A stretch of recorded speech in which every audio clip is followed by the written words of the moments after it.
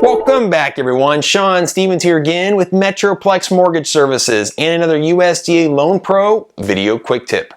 Now, it is true, today's topic is a common question that I receive from both home buyers and realtors alike. And in our video, I will break down the details so you will be in the know and to help keep your transaction from falling off the tracks.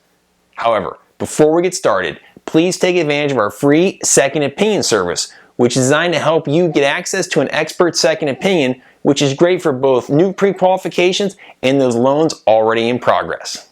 What type of house qualifies for a USDA loan? When you hear about USDA benefits, such as 100% financing or the ability to finance closing costs, it can be easy to focus on the financial advantages and then forget about what kind of property is actually eligible for a USDA loan. A key step is to first understand what type of house qualifies for a USDA loan, and then also be aware of what properties are considered ineligible for USDA financing.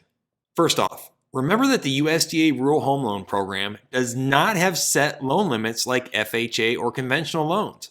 The maximum loan amount is based on the applicant's qualifying ability.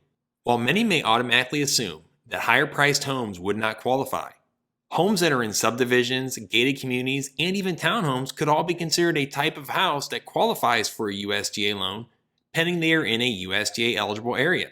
Although many traditionally view single-family residences as a type of house that qualifies for a USDA loan, as of December 1st, 2014, USDA guidelines changed, and homes with in-ground pools are now completely eligible. As you may remember, previous USDA guidelines made it challenging for this type of house to qualify for a USDA loan, but that is long gone, thankfully. And just to quickly review, what properties are not considered eligible for a USDA loan?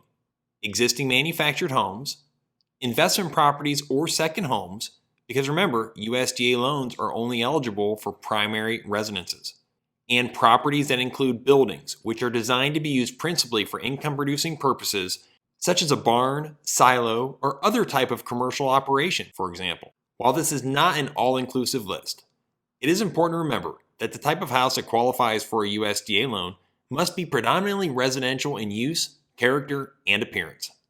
As you can see, the USDA loan program can be extremely powerful. However, be careful you are working with a lender who has a proven track record of success under this unique program. As a USDA-approved lender, we are here to help.